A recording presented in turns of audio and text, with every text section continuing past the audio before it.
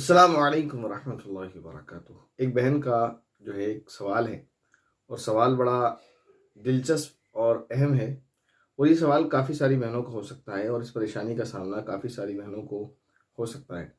وہ سوال کیا ہے؟ سوال یہ ہے: السلام علیکم مفتی صاحب۔ وعلیکم السلام ورحمۃ اللہ وبرکاتہ۔ میری عمر 17 سال ہے، اور میں دین پر عمل کرنا چاہتی ہوں، میں برقع پہننا چاہتی ہوں، میں پردہ کرنا چاہتی ہوں، لیکن میرے گھر والے ہی اس میں سب سے بڑی رکاوٹ بن رہے ہیں۔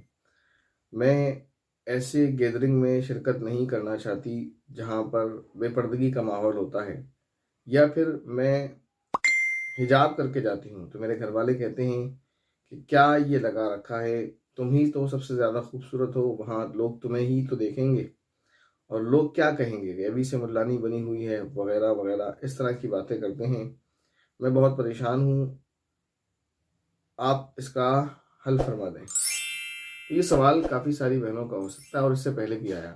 ایک خاتون کا یہی سوال تھا، ان کا سیم یہی سوال تھا کہ میں بے پردگی سے بچنے کے لیے شادی بیاہ وغیرہ میں نہیں جانا چاہتی، تو میرے گھر والے مجھے طعنے دیتے ہیں کہ رشتہ داریاں ختم کروائی کی جانے کیسی ہے، وغیرہ وغیرہ۔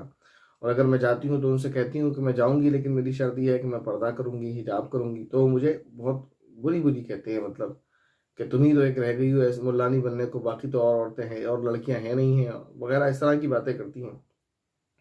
تو بغیر معذرت کے میں ان عورتوں کو یا ان گھر والوں کو، بے غیرتوں کو، بے شرموں کو یہ کہنا چاہتا ہوں کہ خدا را اپنے ایمان کی فکر کریں۔ اگر اس طرح کی باتیں کریں گے آپ، یہ کیا ہے جو آپ کہہ رہے ہیں؟ جب بچی دین پر عمل کرنا چاہ رہی ہیں اور وہ قرآن کا حکم ہے، آپ جانتے ہیں، اور پھر اس کے بعد آپ اس طرح کی باتیں کریں کہ تو ملانی بننے کو تو ہی رہ گئی ہے، یا تو ہی بڑی خوبصورت ہے۔ خدا را ہوش کے ناخن لیں، آپ کس طرح کی باتیں کر رہے ہیں؟ کہ قرآن میں حکم اس کے لیے آیا ہے جو خوبصورت لڑکی ہو، یا قرآن میں حکم اس کے لیے آیا ہو جو مسلمان عورت ہو؟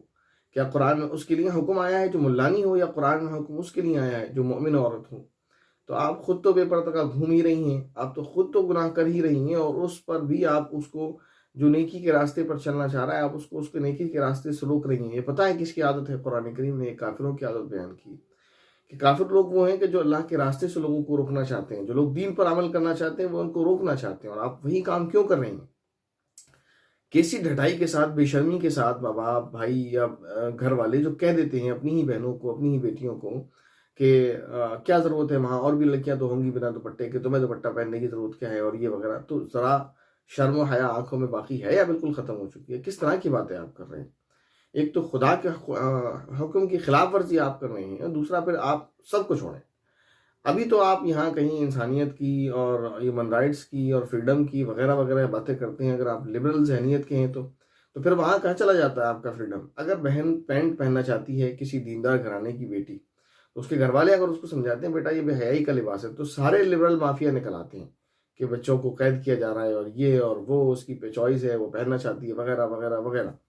اور جب وہ حجاب کرنا چاہ رہی ہے، جب وہ باحیا جو ہے اپنے آپ کو باحیا دکھانا چاہ رہی ہے، کیونکہ وہ باحیا ہے اور اس لیے وہ پردے میں آنا چاہتی ہے، اسی وجہ سے وہ مس گیدرنگ میں نہیں جانا چاہتی ہے، تو آپ کا وہ لبرل ذہن کہاں چلا جاتا ہے؟ پھر کیوں نہیں آپ کہتے کہ بھئی اس کی چوائس ہے، اس کی آزادی ہے، جو چاہے وہ پہنے، جو چاہے وہ جس طرح وہ رہے؟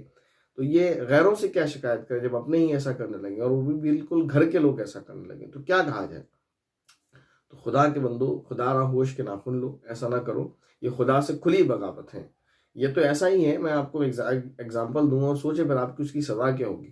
انڈین کانسٹیٹیوشن میں کوئی بھی ایک ایکٹ ہے، آپ اس کی خلاف ورزی کریں، وہ بھی دھڑلے سے کریں، جو اس کو کر رہا ہو، جو اس کو فالو کر رہا ہو، اور آپ اسے کہیں پاگل ہے کیا تو یہ کام کر رہا ہے، یہ مت کر، چھوڑ اسے، کون مانتا ہے ان باتوں کو، سب ایسے ہی چل رہے ہیں، تو پتہ نہیں کون سی دنیا میں جیتا ہے۔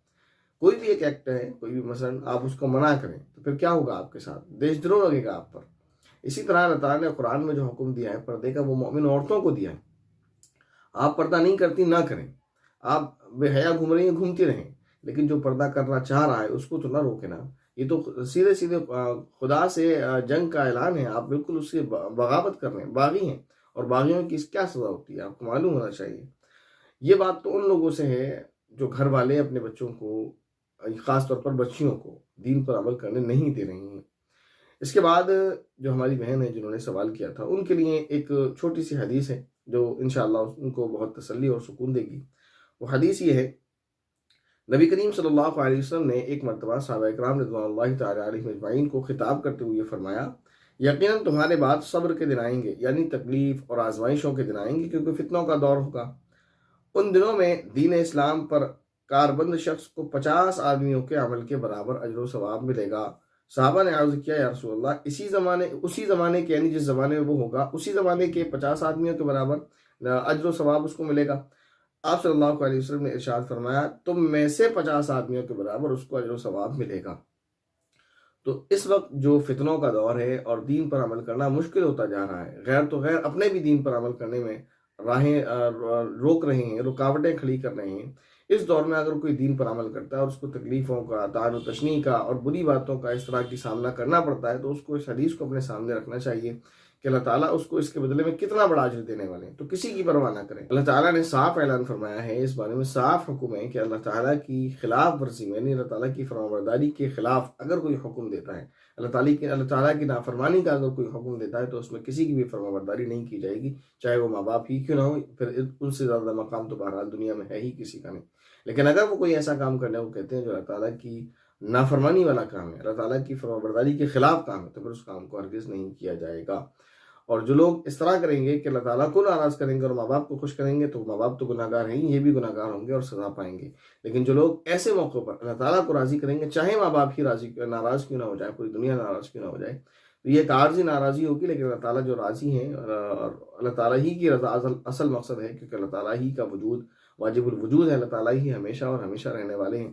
آج یہ لوگ جو چاہے ماں باپ ہوں، چاہے کوئی اور ہو، چاہے کوئی رشتہ دار ہوں، جو آج اللہ تعالیٰ کے خلاف کام کرنے کو کہہ رہے ہیں، اللہ تعالیٰ کے احکام کے خلاف عمل کرنے کو کہہ رہے ہیں، یہ سارے کے سارے اس دنیا سے مر جائیں گے، مٹ جائیں گے، ختم ہو جائیں گے، اور ان کو بھی پھر میدان حشر میں لائن میں لگنا پڑے گا، اور پھر ان کا جو ہوگا سو ہوگا۔ تو لہذا آپ ان کے پیچھے چل کر اپنی دنیا اور آخرت کو تباہ نہ کریں۔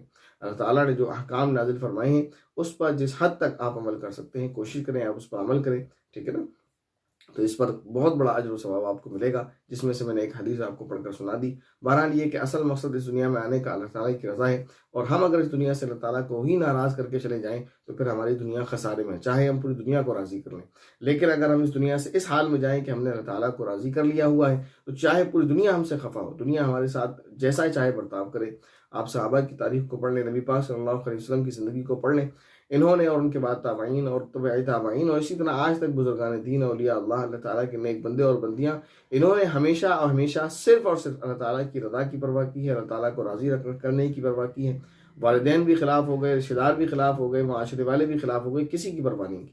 خود ابراہیم علیہ السلام کے خلاف سب سے زیادہ ان کا باپ ان کا والد آزر تھا، تو اسی طرح نبی پاک صلی اللہ علیہ وسلم کے سب سے زیادہ خلاف ان کا چچا ابو لہب تھا۔